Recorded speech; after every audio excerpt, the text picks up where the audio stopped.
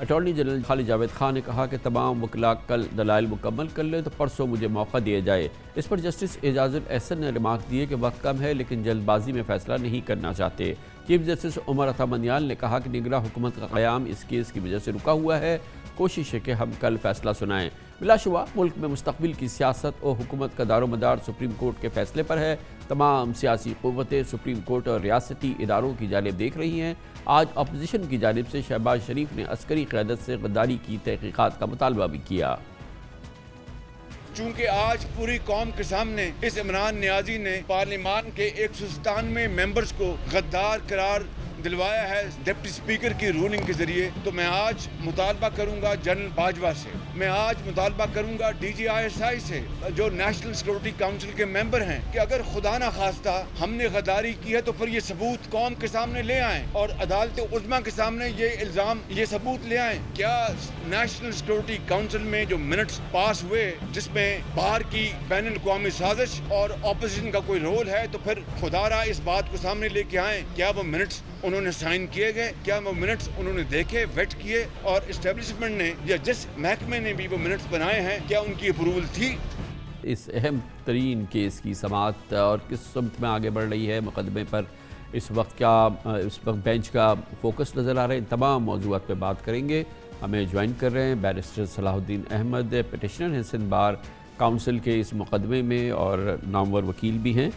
بہت بہت شکریہ بیرسٹر صاحب، بتائیے گا آپ اس مقدمے کی سماعت میں حاضر ہیں، مسلسل آپ اس میں فالو کر رہے ہیں، فریق بھی ہیں آپ، یہ بتائیے گا کہ کیا ابھی تک آپ نے نتیجہ اخذ کیا ہے، اب تک کی جو سماعت ہوئی ہے کس سمت سپریم کورٹ بڑھ رہی ہے؟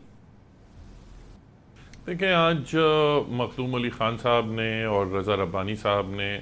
آرگیومنٹس کی شروعات کی، بہت ہی کمپریہنسو آرگیومنٹس انہوں نے پیش کیے۔ اس کے بعد جتنے بھی باقی پٹیشنرز کے وکلاء تھے اور جو بار ایسوسیشنز اور بار کاؤنسلز کی طرف سے بھی دلائل پیش کیے گئے، میں سمجھتا ہوں کہ جو عمل تھا اسپیکر کا وہ تو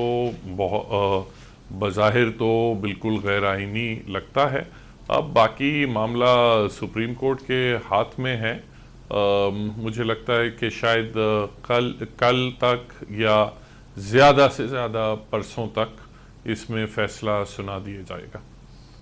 اچھا، کچھ کیس جو ہے وہ کچھ لوگوں کا خیال تھا کہ بہت جلد یہ سماعت مکمل ہو جائے گی، 1-2 دن کے اندر اور فیصلہ آ جائے گا، لیکن اس لحاظ سے تھوڑا سا طول کھینچ گیا ہے کیونکہ شاید اس کی وسعت بہت ہے کیس۔ جی، آج بینچ کی طرف سے تو حکومت کو دعوت دی، حکومت اور پی ٹی آئی کے جو وکلاء تھے اور اسپیکر صاحب اور صدر پاکستان کے جو وکلاء تھے، ان سب سے، ان چاروں سے بینچ کی طرف سے تو پیشکش ہوئی کہ آج ہی آپ اپنے دلائل جو ہیں ان کا آغاز کر دیں، کیونکہ جو باقی پٹیشنرز کی طرف سے جو تمام وکلاء تھے ان کے تو 2:30 بجے تک دلائل مکمل ہو چکے تھے۔ اس کے بعد بینچ نے حکومتی وکلاء سے کہا کہ آپ اپنے آرگیومنٹ شروع کریں، مگر حکومت کی طرف سے اور پی ٹی آئی کی طرف سے کوئی بھی وکیل آج آرگیومنٹ کرنے کے لیے تیار نہیں تھا۔ انہوں نے کہا کہ نہیں، ہم کل ہی دلائل اپنے شروع کریں گے، اور پھر تو بینچ نے پھر یہ کہا کہ ہماری کوشش ہے کہ ہم چاہتے ہیں کہ معاملہ کل مکمل ہو جائے۔ تو اس پہ پھر جواب دیا پی ٹی آئی کے وکلاء صاحبان نے یہ جواب دیا کہ جو نواز شریف کا ڈیسولوشن کیس تھا 1993 میں، تو وہ تو 1 مہینہ چلا تھا، تو ہم تو اپنے دلائل جتنے ہمارے دلائل میں بڑا وقت لگے گا۔ اس پہ سپریم کورٹ کی طرف سے چیف جسٹس صاحب نے کہا کہ نہیں، آپ اپنے جو دلائل ہیں آپ ان کو شارٹ کریں اور آپ اپنی سمریز دیں اور سائنوپسس فائل کریں، چونکہ ہم چاہتے ہیں کہ اس معاملے کو جلد از جلد کنکلوڈ کیا جائے۔ نیچرلی جو حکومت کی طرف ہے، وہ حکومت کی کوشش یہ ہے کہ معاملے کو کھینچا جائے تاکہ الیکشن کا جو عمل ہے وہ آگے بڑھے، اور پھر وہ کہیں کہ اب تو ہم پوائنٹ آف نو ریٹرن تک پہنچ گئے ہیں، اب تو الیکشن ہونے جا رہا ہے، تو اس لیے اب وہ حاجی سیف اللہ کا کیس ہے، وہ جو جنیجو صاحب والا کیس ہے، کہ اس میں بے شک اگر آپ اسپیکر کی رولنگ مسترد بھی کر دیں مگر آپ الیکشن کو نہ روکیے، تو میں سمجھتا ہوں حکومت کی طرف سے شاید بلکہ کہنا چاہیے سابق حکومت کی طرف سے شاید کوشش یہی ہے کہ اس معاملے کو کھینچ کے point of no return cross کیا جائے، مگر میں نہیں سمجھتا کہ یہ معاملہ اتنا کھینچے گا۔ ویسے بظاہر ایسا لگتا ہے کہ بینچ اپنے آپ کو سیاسی معاملات سے دور رکھنا چاہتی ہے، اور بارہا میں نے سنا چیف جسٹس صاحب جو ہیں وہ کہتے ہیں کہ ان کے زیادہ فوکس جو ہے وہ اسپیکر کی رولنگ پر ہے، وہ آئینی اور قانونی معاملات سے بینچ اپنے آپ کو منسلک رکھنا چاہتی ہے سیاسی سے۔ جی بالکل، آج چیف جسٹس صاحب نے کہا کہ ہم اس چیز میں نہیں جانا چاہتے کہ کیا پاکستان کی فورن پالیسی کیا ہونی چاہیے، کیا ہمارے بیرونی قوتوں سے کیا تعلقات ہونے چاہیے، کئی چیزیں ہیں نیشنل سیکیورٹی کے حوالے سے، فورن پالیسی کے حوالے سے، تو ہم اس میں نہیں جانا چاہتے۔ ہم بالکل جو آئین اور قانون کا تقاضا ہے ہم اس حد تک رہنا چاہتے ہیں۔ تو اس پہ یہ انہوں نے مخدوم علی خان صاحب جو پی ایم ایل این کے وکیل تھے، ان کے دلائل کے دوران یہ آبزرویشن کی چیف جسٹس صاحب نے، تو اس پہ مخدوم علی خان صاحب نے جواب یہی دیا کہ ہماری بھی جو تمام آرگیومنٹس ہیں وہ سب قانون پہ اور آئین پہ مبنی ہیں، اور ہم نے آپ کو یہ ڈیمونسٹریٹ کیا ہے کہ یہ جو اسپیکر کا عمل تھا کہ انہوں نے 200 اراکین پارلیمنٹ کی جو مرضی ہے اس پہ اپنی مرضی حاوی کر دی، تو یہ ایک غیر آئینی عمل تھا۔ انہوں نے کہا باقی اگر آپ کو کوئی نیشنل سیکیورٹی کے حوالے سے یا یہ جو بیرونی قوت کی انوالومنٹ کی یہ جو افواہ پھیلائی جا رہی ہے، تو اگر آپ نے مطمئن کرنا ہے تو آپ ملک کے جو سب سے پرومیننٹ انٹیلیجنس ایجنسی کے سربراہ ہیں، آپ بے شک ان کو چیئرمین، ان کے جو ہیڈ ہیں، آپ ان کو بلا کے چیمبرز میں آپ اطمینان کر لیں، آپ مطمئن ہو جائیں کہ جس قسم کی یہ بیرونی سازش کی بات کی جا رہی ہے وہ ایسی کوئی سازش واقعتاً اس میں کوئی اس نو کانفیڈنس موشن کا اس سے کوئی تعلق نہیں ہے۔ یہ بات ضرور اپنی جگہ ہے۔ دوسری جانب یہ ہم نے دیکھا ہے کہ عدالت عظمیٰ بھی، سپریم کورٹ بھی اور اعلیٰ عدالتیں بھی، حالیہ ہم نے دیکھا ہے اسلام آباد ہائی کورٹ بھی، کہ جو پارلیمنٹ کے اندرونی معاملات ہیں اور جو پارلیمنٹ کے تمام معاملات ہیں، ایک تو ویسے بھی ان کو آئینی تحفظ ہے، پھر اسپیکر کے اختیارات، اسپیکر کے تمام معاملات اس کو بھی آئینی تحفظ ہے۔ عدالتیں تھوڑا ان سے دور رہتی ہیں، ان میں انوالو نہیں ہوتی، اور پارلیمنٹ کو اور اسپیکر کے اختیارات میں انٹروین نہیں کرتی ہیں، اس پر اپنے آپ کو تھوڑا وہ فاصلہ رکھتی ہے۔ اس معاملے میں بھی وہ احتیاط آپ کو نظر آ رہی ہے سپریم کورٹ کی، کیونکہ اس کا اس سے پہلے اسی منسلک کیس میں 63A کیس میں بار بار چیف جسٹس صاحب اور بینچ جو ہے وہ کہتی رہی کہ پارلیمنٹ کے معاملوں میں ہمیں نہ ڈالے، اور اگر کسی چیز کی ضرورت ہے آپ کو جہاں تسلی نہیں ہوتی اس میں آئینی ترمیم کرے اس شق کے حوالے سے، لیکن ہم سے دیکھیں جو آج تقریباً تمام وکلاء نے یہی پوائنٹ آؤٹ کیا کہ آئین میں کئی اس قسم کی شقیں ہیں جسے ہم کہتے ہیں آؤسٹر کلوزز۔ اب آئین میں یہ بھی لکھا ہے جیسے آرٹیکل 209 میں کہ سپریم جوڈیشل کاؤنسل کی کوئی بھی کارروائی میں عدالت مداخل نہیں ہوگی۔ پھر اب 270A میں یہ تھا کہ مارشل لاء اتھارٹیز کا کوئی بھی آرڈر جو ہے وہ کوئی بھی عدالت اس کا جائزہ نہیں لے گی۔ اسی طرح آرٹیکل 199 میں بھی ایک آؤسٹر کلوز ہے، اس میں لکھا ہے کہ اگر کوئی ملٹری یہ اتھارٹی کوئی بھی اپنی سروس سے متعلق کسی افسر یا کسی سپاہی کے خلاف کوئی کارروائی کرتی ہے تو وہ بھی اس میں بھی کسی قسم کی عدالتی کارروائی یا ریویو نہیں ہوگی۔ مگر اس کے باوجود جو ہماری عدالت عظمیٰ کا جو کیس لاء ہے، جو ان کے ججمنٹس ہیں، وہ یہ کہتی ہیں کہ یہ تمام آؤسٹر کلوزز کو ہم رسپیکٹ کریں گے، مگر اس کی ایک ایکسیپشن یہ ہے کہ اگر وہ جو اعمال ہیں جس کی شکایت کی جا رہی ہے وہ اس آئینی اہلکار کے دائرہ اختیار میں شامل ہو۔ اگر کوئی آئینی اہلکار اپنے دائرۂ اختیار سے تجاوز کرتا ہے یا ان کا کوئی عمل بدنیتی پہ مبنی ہو تو اس صورت میں عدالتیں انوالو ہو سکتی ہیں. تو یہاں ایک جو مثال دی گئی، ہم نے یہ مثال دی بار ایسوسی ایشن کی طرف سے کہ فرض کریں اگر اسپیکر بالکل کوئی قانون سازی کی کوشش کرتی ہے پارلیمنٹ اور اس میں 300 ارکان جو ہیں وہ چاہتے ہیں کہ یہ قانون پاس ہو جائے، تو کیا اسپیکر صاحب جو ہیں وہ کہہ سکتے ہیں کہ ہم یہ میں سمجھتا ہوں کہ یہ آئین کی فلاں شق کے خلاف ہے، اس لیے میں ان 300 اراکین پارلیمنٹ کی جو منتخب نمائندے ہیں ان کی بات کو میں مسترد کر رہا ہوں اور میں اپنی مرضی کر رہا ہوں. اس پہ بینچ کا سوال آیا کہ اگر تو ایسا ہوا تو آپ بے شک اسپیکر کو ہٹانے کی کارروائی شروع کر سکتے ہیں. تو اس پہ جواب ہماری طرف سے یہ تھا کہ اگر اسپیکر بالکل بدنیتی پہ پھر اگر چلنا شروع ہو جائے اور اسپیکر یہ کہے کہ نہیں آپ مجھے بھی ہٹانے کی جو کارروائی ہے مجھے اس میں بھی بیرونی سازش کی بو آ رہی ہے، تو میں آپ کی یہ موشن جو ہے یہ میں ہاؤس کے فلور تک آنے ہی نہیں دوں گا. تو اس صورت میں کیا ہم اسپیکر کی بادشاہت تسلیم کرنے کے لیے تیار ہیں؟ کوئی تو حدود ہوں گے جہاں عدالت کو ان چیزوں کا جائزہ لینا پڑے گا. تو اس پہ کئی کیس لا بھی پریزنٹ ہوئے. تو اب عدالت کا فیصلہ اب آتا ہے تو پھر دیکھتے ہیں اس پہ کیا رولنگ آتی ہے. بہت ہی زوردار کیس ہے، ظاہر تاریخی کیس ہے ہر لحاظ سے. آپ پیش ہوئے تھے سندھ ہائی کورٹ بار ایسوسی ایشن کی طرف سے، لیکن یہ فرمائیے گا کہ آپ نے اپنے علیحدہ سے اپنے آرگیومنٹس کو فورگو کیا اور آپ نے کہا کہ مخدوم علی خان صاحب نے جو آرگیومنٹ دیے مسلم لیگ نون کی جو وکیل کے آرگیومنٹس ہیں ان کو آپ نے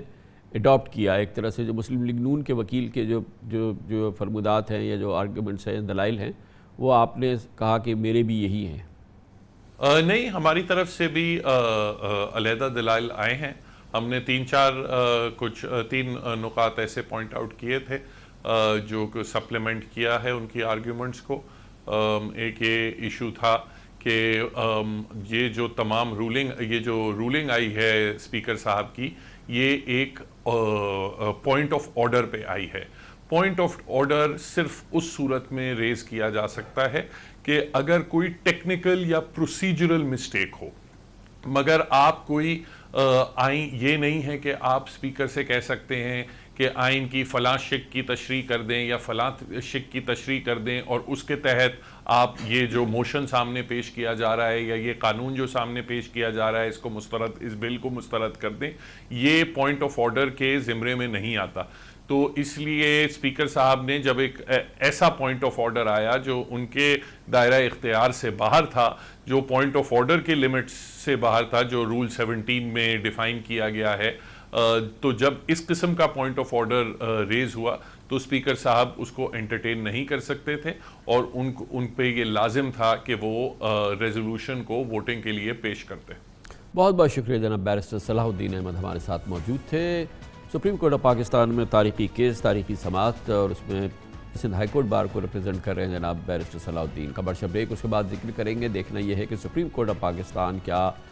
جو فیصلہ ہو چکا ہے یعنی کہ پاکستان کو اب الیکشن کی جانب جانا چاہیے اس کو برقرار رکھتی ہے. اگر وہ رکھنی ہے تو پھر ساری فوکس آ جائے گا اور مرکز محور بن جائے گا الیکشن کمیشن. دیکھنا یہ ہے کہ کیا الیکشن کمیشن آف پاکستان تیار ہے کہ آئندہ 90 روز کے اندر جولائی کے پہلے ہفتے میں الیکشن کرا دے. کچھ خبریں آئی ہیں کہ نہیں، اس کی تیاری مکمل نہیں ہے. الیکشن کمیشن آف پاکستان کہتا ہے کہ نہیں ہم کرا لیں گے. ذرا اس کا تفصیلی جائزہ لیتے ہیں چھوٹے سے وقفے کے بعد. ویسے تو سپریم کورٹ آف پاکستان میں اس وقت سماعت جاری ہے، فیصلہ ہونا ہے. اگلے 24 سے 48 گھنٹے میں یہ فیصلہ ہو سکتا ہے، مگر بہرحال ہر رخ سے ایسا لگتا ہے اور غالب خیال یہی ہے کہ پاکستان الیکشن کی جانب بڑھ رہا ہے. اسمبلیز تحلیل ہو چکی ہیں، الیکشن کا باقاعدہ اعلان وزیر اعظم عمران خان کر چکے ہیں، ان کی حکومت ختم ہو چکی ہے اور تمام معاملات اگر آئین و قانون کے مطابق ہوتے ہیں، سپریم کورٹ آف پاکستان ان کے اس ایکشن کو اپ ہولڈ کرتی ہے تو پاکستان میں جولائی کے پہلے ہفتے میں الیکشن ہوں گے اور اس کے لیے آئین کے تحت یہ لازم ہے کیونکہ بہرحال قومی اسمبلی تحلیل ہو چکی ہے، 90 دن کے اندر الیکشن ہونے ہیں. لیکن یہ ایک الگ بات ہے کہ کیا عملاً ایسا ممکن بھی ہے یا نہیں. کیونکہ یہ ایک بہت بڑا سوال ہے کہ کیا الیکشن کمیشن آف پاکستان اس قابل ہے، مکمل طور پہ تیار ہے کہ وہ الیکشن جولائی کے پہلے ہفتے میں کروا پائے۔ کے پی میں نئی حلقہ بندیاں ہونی ہیں، یہ بالکل طے بات ہے۔ اس کے علاوہ کیونکہ وہاں پہ 26ویں ترمیم کے بعد نشستوں کی تعداد بڑھ چکی ہے، قانون کے مطابق نئی حلقہ بندیوں پر اعتراضات کا ایک پورا پروسیس ہے جس میں 1 مہینہ لگتا ہے اور پھر انہیں مزید 1 مہینہ حل کرنے میں درکار ہوتا ہے۔ اس تمام کام کو مکمل کرنے میں کم از کم 3 ماہ لگ سکتے ہیں۔ پھر ووٹر لسٹ کو بھی اپڈیٹ کرنا ہے، اس کے بھی مسائل ہیں۔ اس کے ساتھ تازہ مردم شماری کا بھی ایک مرحلہ ہے، خاص طور پہ سندھ میں۔ اسی وجہ سے جو الیکشنز اور پارلیمانی امور سے منسلک بہت ہی عمدہ ایک NGO ہے،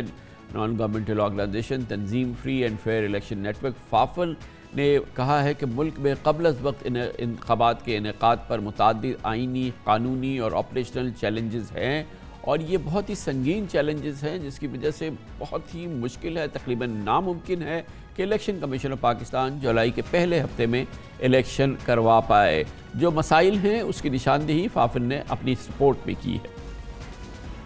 جیسا آپ نے دیکھا کہ انتہائی سیریس مسائل کے علاوہ سب سے بڑا مسئلہ تو یہ ہے کہ الیکشن کمیشن آف پاکستان اس وقت مکمل ہی نہیں ہے، اس کے 2 اراکین موجود ہی نہیں ہیں۔ اس پوری صورتحال میں الیکشن کمیشن آف پاکستان کس جگہ کھڑا ہے، اس کی تیاری کیا ہے؟ گو کہ آج الیکشن کمیشن آف پاکستان نے آج ایک مختصر بیان میں کہا کہ اس نے کبھی نہیں کہا کہ وہ الیکشن کے لیے بالکل تیار نہیں ہے، اس قسم کی کوئی بات اس نے نہیں کی۔ گو کہ الیکشن کمیشن آف پاکستان نے یہ نہیں کہا کہ وہ مکمل طور پہ تیار ہے، مگر بہرحال اس کی مزید معلومات لیتے ہیں۔ اسلام آباد میں ہمیں جوائن کر رہے ہیں ہمارے سینئر کورسپونڈنٹ محسن اعجاز۔ بہت بہت شکریہ محسن اعجاز صاحب۔ یہ بتائیے گا کہ گو کہ ایک سطری بیان تو دے دیا الیکشن کمیشن آف پاکستان نے کہ ہم نے نہیں کہا کہ ہم تیار نہیں ہیں، مگر ہم نے دیکھا کہ اس میں تیاری کے تو بہت سارے مسائل ہیں۔ ایک تو الیکشن کمیشن مکمل ہی نہیں ہے اس میں ابھی تو پوری طور پہ، اور پھر بہت ہی سیریس مسائل ہیں جو کہ کئی ہم نے دیکھے بھی اور گنے بھی اور فافن کی رپورٹ میں بھی سامنے آئے ہیں۔ کیا اصل صورتحال کیا ہے، چاہے وہ الیکشن کمیشن کہے نہ کہے، وہ کتنا تیار ہے؟ کیا جولائی کے پہلے ویک میں پراپر طریقے سے الیکشن کرا سکتا ہے الیکشن کمیشن؟ دیکھیے خان صاحب، جن مسائل کا آپ نے تفصیلاً ابھی ذکر کیا، جن میں آپریشنل مسائل بھی ہیں، حلقہ بندیوں کے مسائل بھی ہیں، اس کے ساتھ ساتھ جو بیلٹ پیپرز کی خریداری اور اس کے ساتھ ساتھ ووٹر لسٹوں کو اپڈیٹ کرنا، یہ تمام تر جو مسائل ہیں یہ اپنی جگہ پہ موجود ہیں، اور جو سب سے بڑا مسئلہ ہے وہ ڈی لیمیٹیشن کا ہے۔ اس وقت جو اصل صورتحال ہے الیکشن کمیشن میں وہ یہ ہے کہ وہ بھی سپریم کورٹ آف پاکستان کی طرف دیکھ رہے ہیں کہ supreme court of Pakistan speaker کی جو رولنگ ہے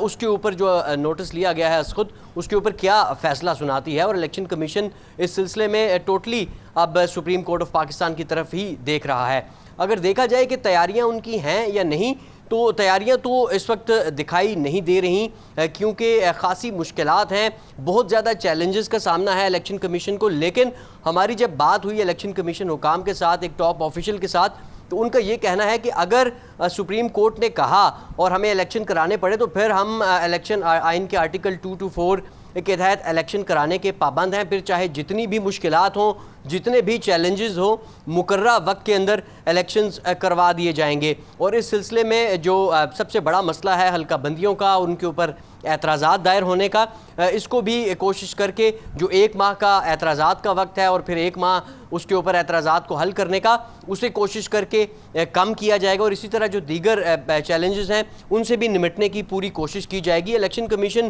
ریسنٹلی لوکل گورنمنٹ الیکشنز کروا چکا ہے خیبر پختونخوا میں، اور اس کے ساتھ ساتھ 29 مئی کی ڈیٹ دی گئی ہے بلوچستان کے لیے بھی، پنجاب میں بھی ایک ڈیٹ دے دی گئی ہے الیکشنز کے لیے، سندھ میں بھی الیکشن کمیشن بلدیاتی انتخابات کے لیے تیار ہے۔ تو ایک پریکٹس میں تو وہ ضرور ہیں، ایکسرسائز انہوں نے ریسنٹلی الیکشنز کروانے کی ہے۔ اور جو سب سے اہم بات ہے، جو اس وقت تمام تر صورتحال ملک کی سیاسی بن چکی ہے، جو سپریم کورٹ آف پاکستان میں ایک کیس پینڈنگ ہے، اس پر ذرائع کے مطابق الیکشن کمیشن آف پاکستان نے کل ایک انتہائی اہم اجلاس بھی بلا لیا ہے۔ اس اجلاس میں تمام تر صورتحال پر غور کیا جائے گا، اور ان کیس اگر سپریم کورٹ آف پاکستان یا کسی بھی فورم پر الیکشن کمیشن سے یہ آفیشیلی پوچھا جاتا ہے کہ کیا آپ الیکشنز کے لیے تیار ہیں، تو اس پر الیکشن کمیشن جو ہے وہ اپنی تفصیلی رپورٹ دے گا، اور اپنے جواب کے حوالے سے یہ اجلاس انہوں نے کل بلایا ہے کہ اس جواب میں کیا لکھا جائے، کیا رپورٹ دی جائے، جتنے بھی چیلنجز ہیں، جتنی بھی مشکلات ہیں اچھا یہ بتائی جائیں گی کہ الیکشن کمیشن کو یہ کیا یہ کوئی آئینی اس میں قباحت ہے، کوئی سیریس مسئلہ ہے کہ الیکشن کمیشن مکمل نہیں ہے، اس کے چاروں ممبران نہیں ہیں اس وقت، اور وہ کیا راستے میں آ سکتی ہے وہ مصیبت؟ دیکھیے الیکشن کمیشن آف پاکستان جو ہے وہ اس وجہ سے بہت زیادہ مسائل کا شکار ہے، اور کیونکہ 2 ممبران اس وقت کمیشن کے نہیں ہیں۔ الیکشن کمیشن 4 ارکان پر مشتمل ہوتا ہے اور ایک خاصا عرصہ گزر چکا ہے، اور اپوزیشن اور حکومت اس معاملے پر بھی متفق نہیں ہو سکیں۔ یقیناً اب 2 ممبرز نہ ہونے کی وجہ سے بہت سارے مسائل کا سامنا کرنا پڑ رہا ہے، اور جوں الیکشن کمیشن مزید آگے جائے گا، جوں یہ عام انتخابات کی طرف بڑھے گا، اتنی بڑی ایکسرسائز ہے تو اس سے اور زیادہ مسائل بھی پیدا ہوں گے۔ لیکن چیف الیکشن کمشنر اور سیکرٹری الیکشن کمیشن نے ریسنٹلی جو بلدیاتی انتخابات ہوئے، ریسنٹلی جتنے بھی بڑے موقع آئے،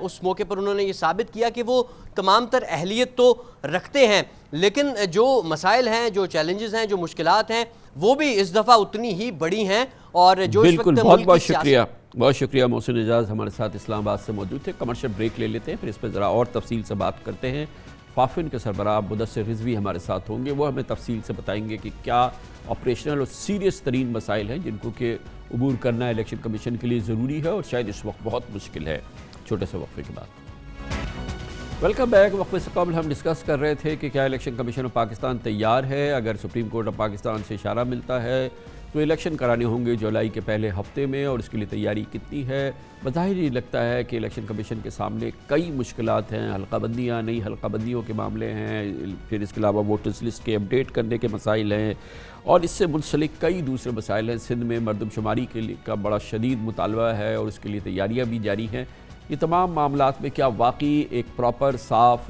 شفاف الیکشن، جو کہ ظاہر ہے کہ اس وقت سب سے بڑی ضرورت ہے پاکستان کی، وہ ہو پائیں گے، اور اس کے لیے الیکشن کمیشن پاکستان کتنا اکوپ ہے؟ اس پر مزید بات کرتے ہیں، اور اس کے لیے ایک بڑی اچھی مفصل رپورٹ جاری کی ہے۔ ہمارے ساتھ موجود ہیں، بہت عمدہ تنظیم ہے، الیکشن کے مسائل اور پارلیمنٹری مسائل پر نظر رکھتی ہے فافن، اس کے سربراہ مدثر رضوی صاحب ہمارے ساتھ موجود ہیں۔ بہت بہت شکریہ مدثر رضوی صاحب۔ ذرا ایک بار پھر احاطہ کیجئے جو آپ کے نزدیک ہے تقریباً ناقابل عبور مسائل اس وقت سامنے ہیں، اور ظاہر ہے کہ پہلے ہم اس کا ذرا سا اگر احاطہ کر لیں۔ دیکھیں، جہاں تک الیکشن کمیشن کی صلاحیت کا تعلق اور آئینی ضرورت اس کنسرنڈ، وہ تو ہمیں یقین ہے کہ الیکشن کمیشن 90 دن میں کرا لے گا۔ ابھی تقریباً 12,500 نشستوں پر خیبر پختونخوا کی 18 ڈسٹرکٹس میں یہ انتخاب ہوا، اس کے نتیجے بھی وقت پہ آ گئے۔ یہ جو مسائل ہم نے ریز کیے ہیں، یہ پارلیمنٹ سے متعلقہ ہیں یا پرانی گورنمنٹ سے متعلقہ ہیں، جو حل کرنے چاہیے تھے ایکسٹرنل ٹو دا کمیشن ہے۔ مثال کے طور پہ کمیشن کمپلیٹ نہیں ہے، قانون کے مطابق یہ کمیشن کام کر سکتا ہے اور تمام فیصلے کر سکتا ہے، لیکن جو الیکشنز ایکٹ ہے اس کا سیکشن 3 سب سیکشن 2 بڑا واضح ہے۔ وہ یہ کہتا ہے کہ اگر 3 ممبر میجورٹی، اگر 3 ممبر ایک فیصلہ کرتے رہیں گے تو فیصلے ہوتے رہیں گے، لیکن اگر یہ 3 ممبرز جو چیف الیکشن کمیشنر اور 2 ممبرز ہیں، اگر ان میں کوئی ڈفرینس آف اوپینین آ جائے تو مسئلہ پورے کمیشن کو ریفر کیا جائے گا۔ پورا کمیشن موجود نہیں ہے۔ پورا کمیشن اب اپوائنٹ کس طرح ہوگا؟ سینیٹرز کی ایک کمیٹی بنی ہے کیونکہ اسمبلی ڈیزالو ہو گئی ہے، اور اس میں بھی وہی پرائم منسٹر اور لیڈر آف دا اپوزیشن جو کہ کانسٹیٹیوشن کہتا ہے، وہ ان کی کنسلٹیشن یا ان کی ایڈوائس سے وہ اپوائنٹ ہو جائے گی۔ اب وہ کمیٹی بنے گی، وہ نام آئیں گے، وہ پورا پروسیس غیر واضح ہے، تو ہمیں نہیں لگتا کہ یہ کمیشن فوری طور پہ مکمل ہو سکتا ہے۔ اگر کوئی اور طریقہ نکالا جائے جو واضح نہیں ہے، تو اگر میجورٹی ڈیسیشن ہوتا رہا، اگر 3 ممبر ایک ہی فیصلہ کرتے رہے تو ڈیسیشن ہوگا، اگر 2 ممبر ایک فیصلہ کریں، چیف الیکشن کمشنر کی اوپینین کوئی اور ہو، تو یہ کمیشن فیصلہ نہیں کر سکتا۔ ایک تو یہ ریسٹرکشن ہے جو ہمارے خیال میں آنے والے وقتوں میں مشکل بھی ہو سکتی ہے۔ ضروری نہیں ہے 3 ممبران کی انڈیپینڈنٹ ایجنسی ہے، وہ مختلف فیصلے کر سکتے ہیں۔ دوسرا ایک بڑا مسئلہ ڈیلیمیٹیشن کا ہے۔ خالی جو نیولی مرج ڈسٹرکٹس یعنی ٹرائبل ایجنسیز کی ڈیلیمیٹیشن کا مسئلہ نہیں ہے۔ جو 25ویں ترمیم آئی تھی اس نے 1 ٹائم ایکسیپشن دی تھی، ایک پروویژن ایڈ کی گئی تھی، سیکشن آرٹیکل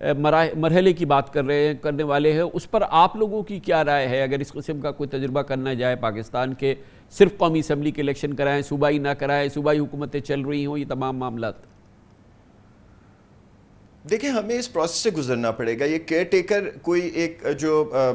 دنیا بھر کی جمہوریتیں ہیں ان پہ کوئی کیئر ٹیکر کا کانسیپٹ موجود نہیں ہے. یہ ہمارے ملک یا کچھ بنگلہ دیش میں اس طرح کے تجربات. لیکن ہمارا آئین ہے نا سر، یہ تو ہمارا آئین ہمیں پابند ہمارا آئین کر رہا ہے اس معاملے پہ. جی ہاں، لیکن یہ نہیں لکھا کہیں آئین میں کہ ساری اسمبلیاں اکٹھی ہی ڈیزالو ہوں گی. اگر سندھ میں گورنمنٹ یا پنجاب میں یا کے پی میں گورنمنٹ موجود ہے تو الیکشن تو ہوگا. الیکشن تو نہیں رک سکتا، 90 دن کے اندر ہی ہوگا. اور اسی پی ٹی آئی کی گورنمنٹ، پیپلز پارٹی کی گورنمنٹ، بیپ کی گورنمنٹ اور پنجاب میں جس کی بھی گورنمنٹ، اسی کے تحت الیکشن ہوگا. الیکشن کمیشن کے پاس بے انتہا اختیارات موجود ہیں. اگر الیکشن کمیشن بائی الیکشنز میں پروونشل گورنمنٹس جو کہ پولیٹیکل پارٹیز کی ہوتی ہیں ان کے کنڈکٹ کو کنٹرول کر سکتا ہے اور انشور کر سکتا ہے کہ الیکشن کی کوالٹی بہتر ہو، تو ہمارے خیال میں الیکشن کمیشن اگر وہ اختیارات استعمال کرے تو یہ چیزیں ریزالو ہو سکتی ہیں. لیکن یہ بہت حد تک الیکشن کمیشن پہ ہے کہ وہ کتنا ایزرٹیو ہوتا ہے، کتنا انفلوئنسز کو چیک کرتا ہے، اپنے افسران کو کتنا انہینس کرتا ہے، امپاور کرتا ہے. کیونکہ جو 2017 کا ایکٹ ہے اس میں سیکشن 55 بہت واضح ہے کہ الیکشن کمیشن کسی کو بھی کسی قسم کی اس کے ڈسپلنری رول کے تحت سزا دے سکتا ہے، نوکری سے نکال سکتا ہے، اور بڑا واضح اس میں پروسیس موجود ہے. تو ہمارے خیال میں یہ تجربہ کر کے پاکستان کو دیکھ لینا چاہیے ہے کہ الیکشن کی کوالٹی کہاں ہے، اور الیکشن کمیشن پہ یقیناً ذمہ داریاں بہت بڑھ جائیں گی اس قسم کی صورتحال میں الیکشن کرانے میں. بہت بہت شکریہ جناب مدثر رضوی ہمارے ساتھ موجود تھے. اس کے ساتھ ہی ہمارے آج کے پروگرام کا اختتام ہوتا ہے. کل آپ سے پھر ملاقات ہوگی انشاءاللہ. کل تک کے لیے کامران خان کو اجازت. اللہ حافظ و ناصر.